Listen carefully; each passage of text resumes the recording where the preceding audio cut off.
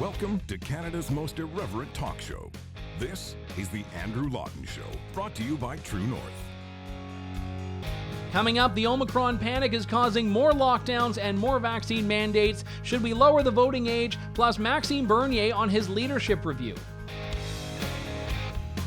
The Andrew Lawton Show starts right now. Hello and welcome to Canada's most irreverent talk show. This is the Andrew Lawton Show here on True North, Monday, December 6, 2021. This is the rare Monday edition of the program. I'm working on a little bit of a project that's going to have me out of town on Tuesday. Hopefully you'll know all about it in the coming day. I don't want to jinx it by announcing it and then having to change it or perhaps cancel it altogether. But hopefully by the time the next show rolls around, you'll know why I did the show on a different day this week. You probably wouldn't. If I didn't say anything, you probably wouldn't have even noticed. You would have thought, oh, I guess it's a Monday show, whatever. In any case, I think sometimes hosts think that people pay closer attention to scheduling and programming stuff than they actually do. But maybe you do. Who knows? If you like the show better on Mondays, maybe we'll keep it going. But nonetheless, hope your start of the week is I hope it's a good start to the week and not a bad one. There are a lot of bad starts to the week, like if you're in the Czech Republic or Germany, for example. How's that for a segue? In the Czech Republic, they are going the way of Greece, as we talked about last week, and mandating vaccination for anyone over the age of 60. So this story, if you look at it here, is fascinating. It's the outgoing government. So they've got nothing to lose, and they're saying that if you're 60 plus, vaccination is going to be mandatory. Now, in Greece, if you don't get vaccinated and you're 60 plus, you've got to pay a fine of 100 euros a month, so 1,200 euros a year, for as long as the vaccine mandate is in effect. I'm not actually sure what the punishment is going to be in the Czech Republic if you don't go along with the vaccine mandate. What I do know, there was just this bizarre story last week. It's actually, a picture's worth 1,000 words, where the president was swearing in the prime minister, and the president had COVID, so he had to do it from this like plexiglass prisoner's box in a wheelchair surrounded by people in hazmat suits, instead of just, I don't know, having it by Zoom or Skype or something. It's the epitome of this could have been an email. And now they're going and deciding that citizens in the Czech Republic are not deserving of their own freedoms if they're 60 plus. Vaccination is the choice of the government, not of the individual. And in Germany, which has put in sweeping restrictions on the unvaccinated, if their cases don't go down, the German government is now considering making vaccination mandatory population-wide. Lars Klingbeil, who is the Secretary General of Germany's SPD party, said that if the new lockdown measures for the unvaccinated didn't lower case rates sufficiently, politicians would have to take immediate action.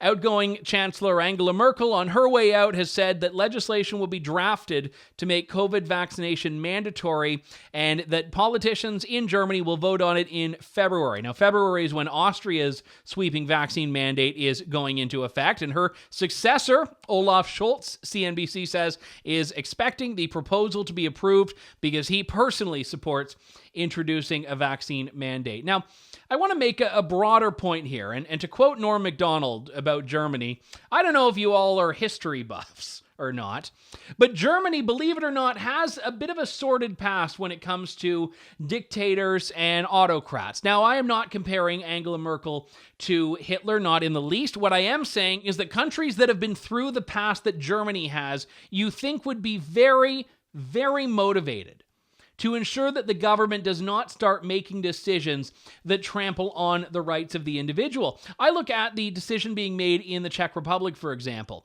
And Greece, whatever. Greece just does what they want. They're overly reliant on government because no one likes working there. The Czech Republic has seen a communist government in the past. And typically, formerly communist countries are the most conservative, the most liberty-minded. You talk to conservatives in Estonia and in places like, Kosovo, and these are the most freedom-loving people you'll find. And so it's shocking to see how many of these people just go along with the government trampling on their rights as though they've forgotten, in the case of communism, they've forgotten their lives just 30-some-odd years ago. Austria, I think one of the reasons we see in Austria such pushback to the government's vaccine mandate is for that very reason, because you've got a generation of Austrians that actually does know their history. that doesn't want a government that's going to just march all over their individual rights and freedoms as though it's no big deal, because they understand. These people that are protesting understand what happens when you give up the most fundamental basic rights that you have, such as what goes into your body. And I actually, believe it or not, when we've talked about these things in the past, I get a bit of pushback from people saying, why are you talking about Austria? Why are you talking about China? Why are you talking about Germany? And I don't actually care about it, because I'm going to keep talking about these things, because if you don't think that what's happening in Canada is connected to this, you are missing the big story that's taking place on how interconnected a lot of these countries and their government's responses truly are. Just take a look at the Austria vaccine mandate is going into effect in February, which is also when Germany is voting on its. And it's no surprise that this is all coming within the span of a couple of weeks. We had, Turkmenistan, as I've said, they were the trendsetter. Turkmenistan back in the summer had the vaccine mandate. And I won't even try to say the president's name again, because I think that was like 20 minutes of the show was me trying to figure out the syllables of his name last week. But aside from Turkmenistan, you had Austria, then you had Greece, and then you had the Czech Republic, and now you've got Germany just on the precipice of it. And so if this is 4 developed European nations in the span of a couple of weeks that are talking about widespread mandatory vaccination, I don't think it's going to take all that long for there to be a couple of more, and then a couple more, and then it comes over the Atlantic, and all of a sudden all of these Canadians that say, oh, why are you wasting my time talking about things that are going on in other countries, are going to be wondering, oh, wait, I didn't see this coming. Where did this vaccine mandate come from? And this is the whole point, is that we've spent much of the last 2 years, people that are concerned about civil liberties trying to push back on some of these unscientific and unfree measures being championed by governments, especially travel restrictions. And then Omicron comes along, skipping Nu and skipping the Xi variant or the She variant. Omicron comes along, and it's as though we've taken 2 steps back for every 1 step forward we've taken. And there haven't been a lot of step forwards in the last few months, it feels like. But nevertheless, it feels like we are headed backwards. And if you look at some of these travel restrictions, this story jumped up because at first the government tried to throw a net over some of these African countries. It was South Africa that got scapegoated for this variant that had actually been circulating in Europe for a couple of months. And there was this family, Leonard and Charlotte Skeed of Brandon, Manitoba, have been quarantined involuntarily in a hotel in Toronto because they came home from South Africa just a couple of days after the new restrictions were announced. They say they feel criminalized for these measures. Not only have they been tested for COVID, they've been tested 6 times. 6 times, and every one of these tests came back negative. And then they were allowed to re-enter the country, but still shoved in a hotel. They have had to spend, just to get back, $23,500 on flights, COVID tests, and hotels just to navigate around new travel restrictions. And then once they get in the country, they're not even allowed the courtesy of going home. And then to add insult to injury, all of these regular travel measures or travel inconveniences like their bags being lost and terrible food that they're being served in the quarantine hotel and all of that. But the government says, we've got to protect Canadians. We've got to protect Canadians against Omicron. Yeah, and once Rho comes along, and what comes after Rho? Is it Psi or something? Rho and Psi and Chi and all of these other variants will come around, and it'll feel like we're going right back to square one. This headline, I think, needs to be shared with you because the headline encapsulates what I think the government is going for. Planning a trip over the holidays? Expect airport delays and sudden travel restrictions, experts say. Now, I don't know what kind of expertise you need to say that government could just screw you at any given moment. But if noting that makes you an expert, then so be it. But this is what the government's trying to do. They're trying to make travel so unstable and so unpredictable and so unpleasant that no one goes anywhere. And you see some restrictions coming in through the back door. I just noticed on the weekend, the Windsor Essex Public Health Office has put in gathering restrictions stricter than what Ontario has. So they've invoked their power as a local health region to start imposing gathering restrictions, mandating social distancing in restaurants, starting to roll back some of the reopening we've seen. And all of this just makes us feel like we are in the midst of the never-ending emergency, the permanent lockdown, about to start the 3rd year of our 2 weeks to flatten the curve.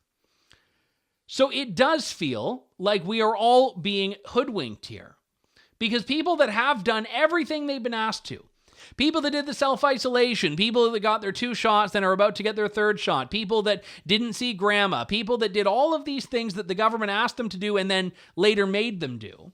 And the reward at the end of it is more of it. We had government project its great reopening plan. We were supposed to drop the mask mandate in the new year. We were supposed to drop masks, I think, by about March, or maybe it was November. Who knows now? Every day is pretty much an eternity. And all of this is now in jeopardy.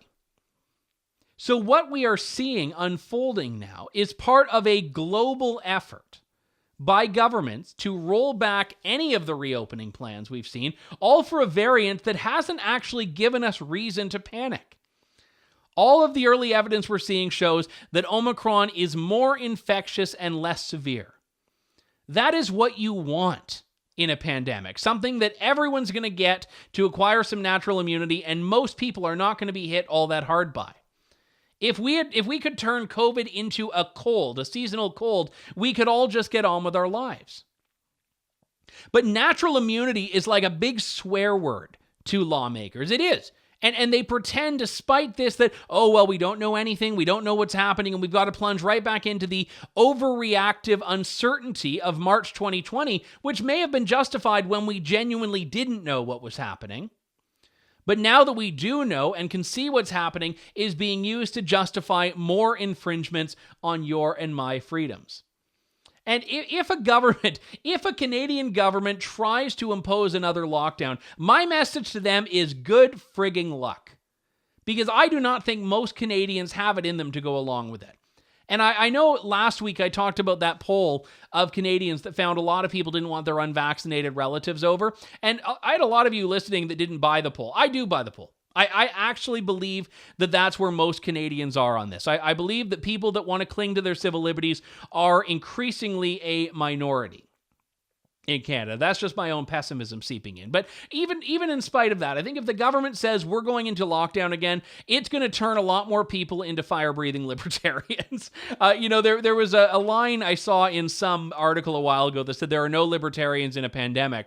And my response to that is I think eventually you have only libertarians in a pandemic. And it's taken a little bit longer to reach that point than I thought it would initially, but I do believe genuinely that another lockdown is going to do that people simply are not going to play ball if this is what government is demanding of them. So if you don't like looking around the world, well, you should start. You should start looking around the world, because a lot of this is the model for what more and more countries are going to do, and then it is only a matter of time before it shows up on your doorstep. We've got to take a quick break. When we come back, more of The Andrew Lawton Show. Stay tuned. You're tuned in to The Andrew Lawton Show.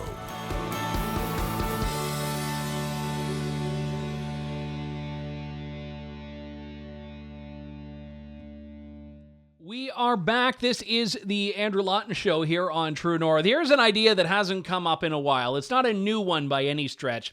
Lowering the voting age to 16. There is a group of teenagers that has filed an application with the Ontario Superior Court arguing that the Canada Elections Act is discriminating against their right to be free from discrimination based on age by barring Canadians under 18 from voting. There are 13 of them in the claim, according to a press release from Children First Canada, calling for the unconstitutional restriction on minor voting to be repealed. Now, here's the thing. One of the challenges whenever this has come up is that the response that typically people are left with is an emotional one. We don't want kids voting. We don't want teens voting. But if you try to have the debate logically, you'll find that any line really is arbitrary, because you could be a youth and still be working and contributing. And even if you don't have to pay income tax, you're still paying tax when you go and purchase things. And more importantly, adults who don't pay tax still have the right to vote. So making voting a condition of paying taxes doesn't really work. If we talk about maturity, there could be a mature 16-year-old who is probably more adept at parsing what politicians are saying than an immature 18, 19, 20, or perhaps even 50, 60-year-old. And there are other things as well that we would look at that say, well, they're under the thumb of their parents. Well, so could you be at 18 and 19? And when you try to go through this, all you're left with is really the idea that we have to draw a line somewhere, and wherever we choose to draw it is going to be arbitrary. For example, the voting age being at 18 was reduced, I think it was in 1970 or 1972, from 21. We have the drinking age, which varies depending on where in the country you are. In some provinces it's 18, other provinces it's 19. You head south to the US and it is 21 most places. So all of these ideas of trying to come up with an age of majority for somewhere have to include some values judgment.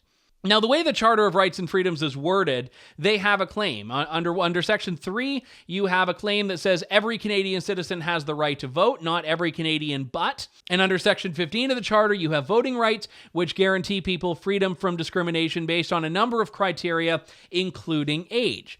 So if you look at the plain text reading of the Charter, which is part of the Canadian Constitution, yeah, absolutely, children are being denied the right to vote in an unconstitutional way. But oddly enough, you look at this, and they're not actually asking for the voting age to be abolished. They're asking for it to be lowered. So under that same argument, the voting age shouldn't exist at all. Infant voting should be allowed, if you take the plain text view of the Charter that they're pushing for. Now, I know politically why people on the right would not want there to be underage people voting, because we know that the older you get, the more conservative you get statistically. So the more youth turnout is there in an election, the better it seems to work out for the left. Although, if you are taking the view that children are just going to be proxies for their parents, I think conservatives tend to have bigger families. So it might work out that way as well, where you get some of these like 7, 8, 9, 10 kid families. Not that those are all that common. And imagine walking into a polling station with 12 votes or something like that. But in any case, the point is that there are practical reasons where a lot of people on the right do not want and would not want the voting age lowered. But if you're trying to actually have a discussion about it and come up with a silver bullet legal debate or legal argument, it's difficult to come up with one that doesn't really just appeal to ideas that we have. Here's the thing, though. If we are going to reopen voting, we have to reopen a lot of other things. And I would be completely fine having a general discussion about age of maturity and age of majority in the context of paying taxes, in the context of having to make decisions for yourself and being able to make decisions for yourself. Because what we have now is a patchwork. We say that a 19-year-old, you have to be 19 to make the decision to drink alcohol for yourself. We have to be 19 to make the decision to smoke for yourself, but you can vote at 18, but you can get a job at 14, and you can work on the family farm even when you're younger than 14, and even though that attaches with it some risk. We have lots of things that you can do. You can babysit at a certain age. All of these things are different, and they're all based on the fact that people have tried to draw arbitrary lines for things that are just intuitive for quite some time. And that's why we should be trying to take government out of the equation on these things and allow parents and their kids to make decisions that are right for them when kids are mature enough to do things. Let's face it, there are lots of kids that you might be comfortable with doing something at 14 that other kids you wouldn't trust doing it until 15 or even 16 or perhaps never. But that's why this debate is such an annoying one, because there is no right answer. And it bothers me because I value above all else when you're having these sorts of discussions, I value consistency. And whenever I'm confronted with an inconsistency in a view that I hold, I have to go back to the drawing board and say, okay, hang on, is that actually an inconsistency? And if it is, do I have to change the view or do I have to amend the value that I hold?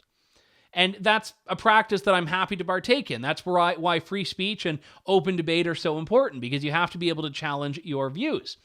Whereas voting age is like, yeah, if I want to be consistent, the voting age shouldn't exist at all. But I know that's impractical. I know that's not going to happen.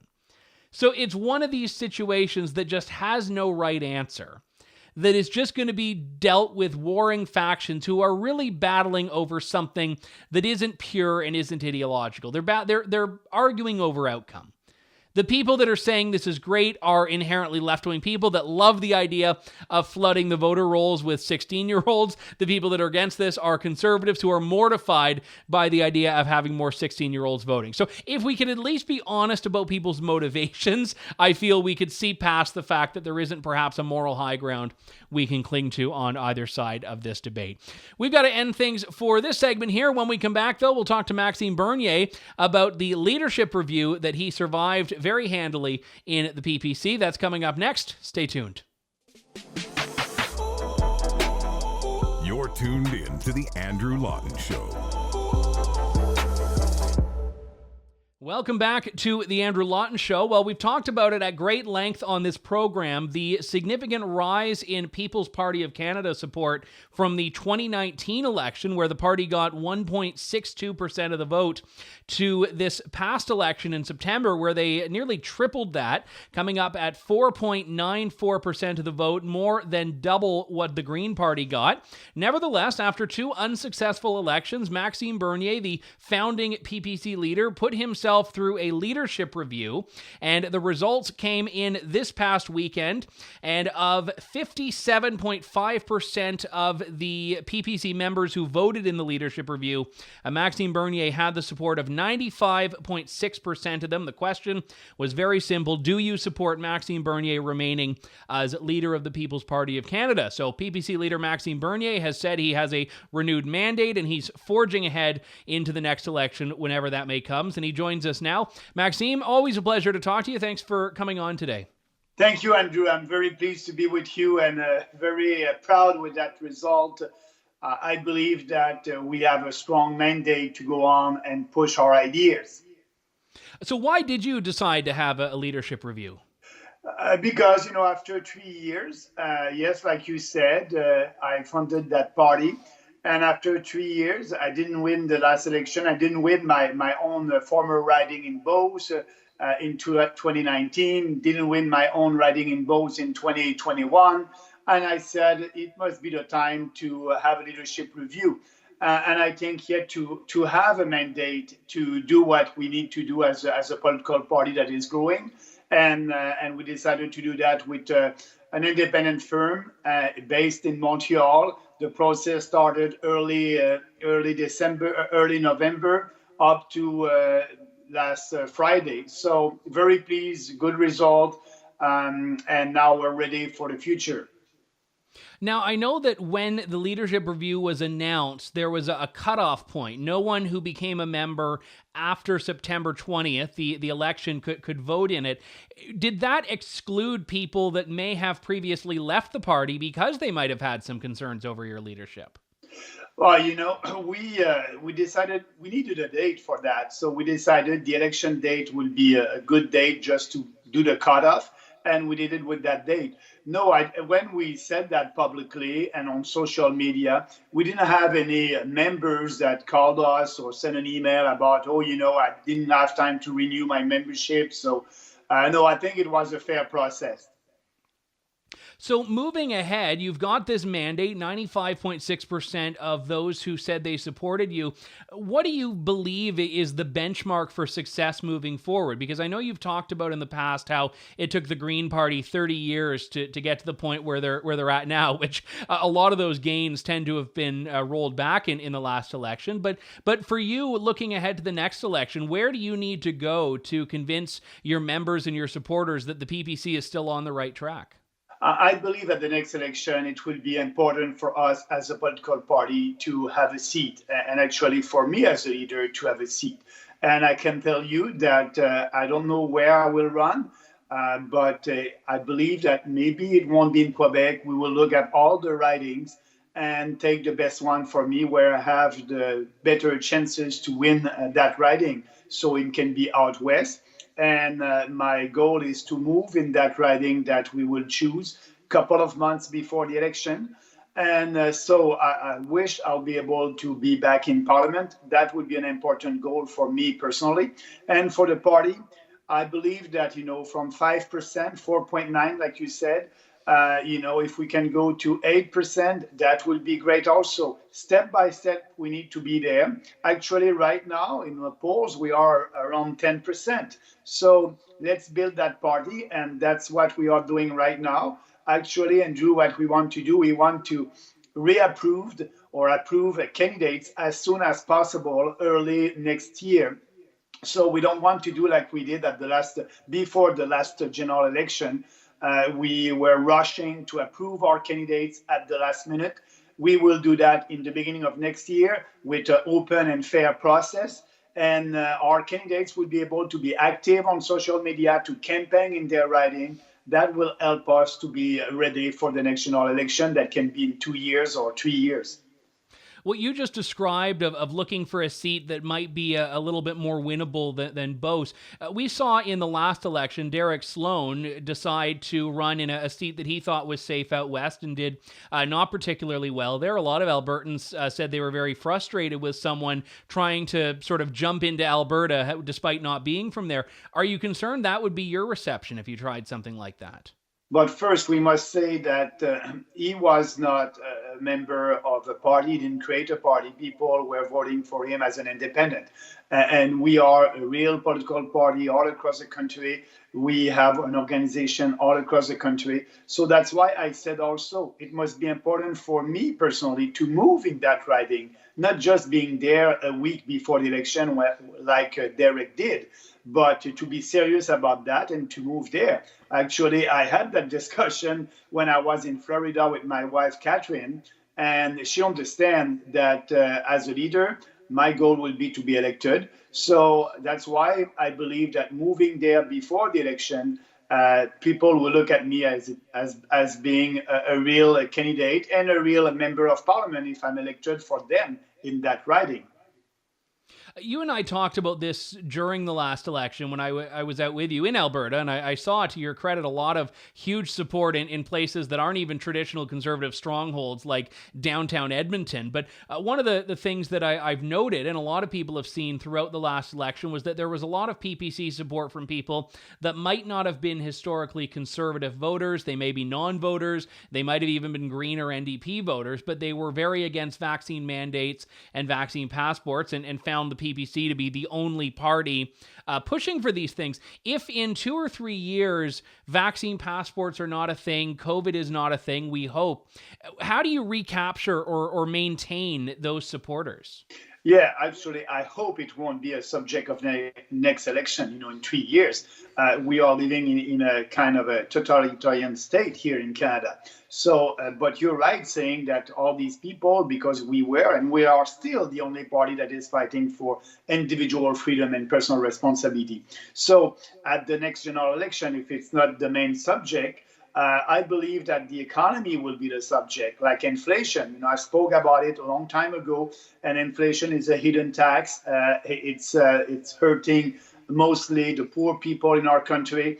We need to fight inflation. We have the solution for that. I'm looking at the Conservatives. They're speaking about inflation right now, but the solution is to stop government spending, and they're not credible on that. The national campaign, they had a plan not to balance the budget in 10 years. So that was not serious. And they had a lot of spending. We need to stop the spending. We need to balance the budget. We need to be serious about it. And we have a concrete plan to bring back the economy in a way that it won't hurt Canadians. So we have a plan to fight inflation. And I believe that can be the subject. If it's not inflation, it can be Western alienation. You were there, Andrew, in Alberta, and you know that there's a lot of Albertans and Western Canadians that are not happy with the Constitution. They're not happy with climate change, with the equalization formula. We are still the only political party that is speaking about that, have a solution for the equalization that must be less generous and fair for every province. Climate change, we're the only one that won't do anything about climate change. We'll let that to provinces. So there's a lot of many subjects, I don't know, and policies, and I don't know which one will be the subject of that election, but we will be ready, and I believe that we'll be able to grow our support. Let's talk a little bit about the numbers here, because in the last election, the Green Party, as I mentioned earlier, had 2.3%, but still was able to turn that into 2 seats because of the distribution, whereas the PPC more than double that, but 0 seats. So a lot of this in Canada comes down to where the support is and how centralized or decentralized it is. I know you and I spoke during the election, and you said that the PPC might reevaluate its position on electoral reform and proportional representation after the election. Have you had a chance to do that yet? No, we didn't look at it right now, but that must be something that we'll look at. But actually, also, our goal for the next election will be to have a candidate in every riding to be able to increase our percentage of the vote. We had only 312 candidates at the last general, 312 candidates, yes, at the last general election. So we'll need to have a full slate, and we'll have time to do that. But also now, after 2 elections, the 2019 and 2021, we know where we are stronger. And yes, it's in rural Alberta, rural Saskatchewan, and Manitoba. So we will put more focus on these regions to be able to have some candidates elected also. So we know that the electoral system won't change before the next general election. So we will do our best to be able to elect somebody under the present system. You saw, I know, in the last election, and I think you told this story on the campaign trail, that a whole bunch of reporters were there when you kicked off your campaign. They asked you questions for quite a while, and then at the end of it didn't really run any stories. And it wasn't until the very end of the election that a lot of media started talking about the PPC. But again, at the same time, you look after the election, the PPC has run twice, has not elected any candidates twice. How do you remain relevant to people? How do you get your message out when you don't have any seats in the House of Commons? Yeah, that's a challenge for us. We are more active on social media. Now we have a bigger team. This party is there for a long term. We won't disappear. We have a person in charge of our social media, director in charge of our social media now. We have a director in charge of the organization across the country. We are building a team. And as you know, we spent about $1.3 million at the last general election. And because we had 4.9% of the vote, we'll be able to have half of these expenses reimbursed. So we'll have about $600,000 in the bank in a couple of months. We don't have any deficit. We didn't run any deficit in the past. We'll have a surplus at the end of this year. Our financial statement is ending. Annual financial statement will be at the end of December, and I can tell you we'll have a surplus there. So we are in a strong financial position. We are building a new team at the head office and also our organization across the country. So the challenge, and I'm a little bit more active on social media. I'm doing more videos. I think it's important, but also I will test the mainstream national media. I'll do a press conference for the end of this session at mid-December, and our position and our vision of what happened in Parliament since they started that session. So we'll see if they will cover us, but that's a challenge actually. And my goal also is to be able to travel across the country. As you know, I'm not double vax, and actually I had COVID actually, and so I think I have a very good antibodies, but I'm not able to travel by plane or by train across the country. That can be difficult for me, but we'll look what we can do. So my goal is to be on the ground, active on social media. And also I will do some press conference in Ottawa, 1 or 2 every session. We'll see if the mainstream media will be there to cover us. They must be, because we are at 10% right now in the polls, and the Green Party is around 2-3%. So, and the Green Party they're going bankrupt, and we have money in the bank, and we're ready to go and grow this party at the next step. And that would be my challenge for the next 2 years. Yeah, and one interesting dilemma here, and I don't know if they're going to change the rules, but if they keep the same rules the Leaders Debates Commission had in the last election, you would be on the debate stage next time, as I understand it, because the party received 4% of the votes nationally in the previous election. Absolutely, absolutely, and I don't expect that I don't think that they will change the rules. That will be unfair. So, and I'll be there. I'll be on the stage, and that will be interesting. I'm looking forward for that because that will be a real debate. We are right now the only real opposition in Ottawa. Look what happened last week with the conversion therapy. The Conservative, the Liberals, everybody unanimously, they voted for that deal, and we have a different position on that. So I believe that that debate, when it will happen, will be very interesting because on climate change, on equalization, on conversion therapy, on inflation, you can name it, we'll have a different position, and Canadians will be able to listen to have an opportunity to see me debating. But also I will have an opportunity to reach more people that are not maybe on social media. So I believe the next election will be another important step for the growth of our party. Just one last question, Maxime. I know you have been tweeting about it. You decided to take a few weeks away with your lovely wife in Florida, and I know you just came back, I think, about a week ago. Do you miss Florida yet? Yes, I did, for the freedom, because, we are not able to go to a cinema. We are not able to go to a restaurant. We are not able to participate in civil society. I can tell you, when I was in Florida, we enjoyed that and with friends. So that was fun over there. Now, like I said, I'm going back in a kind of a jail. And actually, for me, as a leader of a party, my goal is to build this party across this country. And if I'm not able to travel, that will be a big challenge for me. And I'm still, I'm back, and it's like we are in the election campaign when I did rallies against lockdown and mandates, and I believe that I'll have to go back, and I'll be on the street with our people to fight that and try to preserve the freedom that we must have in this country as a democratic country that we don't have right now. People's Party of Canada leader Maxime Bernier staying on as leader after receiving 95.6% of the vote in the leadership review, which just wrapped up on the weekend. Maxime, thanks so much. Merry Christmas to you and Catherine. Thank you, Andrew. Have a nice day. Bye. That was PPC leader Maxime Bernier. Still, by the way, no response. I've been trying to do a year-end interview with Conservative leader Erin O'Toole to talk about very similar things, how the last election went, what the plans are for 2022, and this has not yet materialized. So hopefully we'll be able to have Erin O'Toole on the show very shortly. We'll talk to any of the party leaders. I've interviewed Justin Trudeau. It hasn't been for about coming up on 7 years now, and I'm not holding my breath he'll come back. But you know what? The invitation is always there.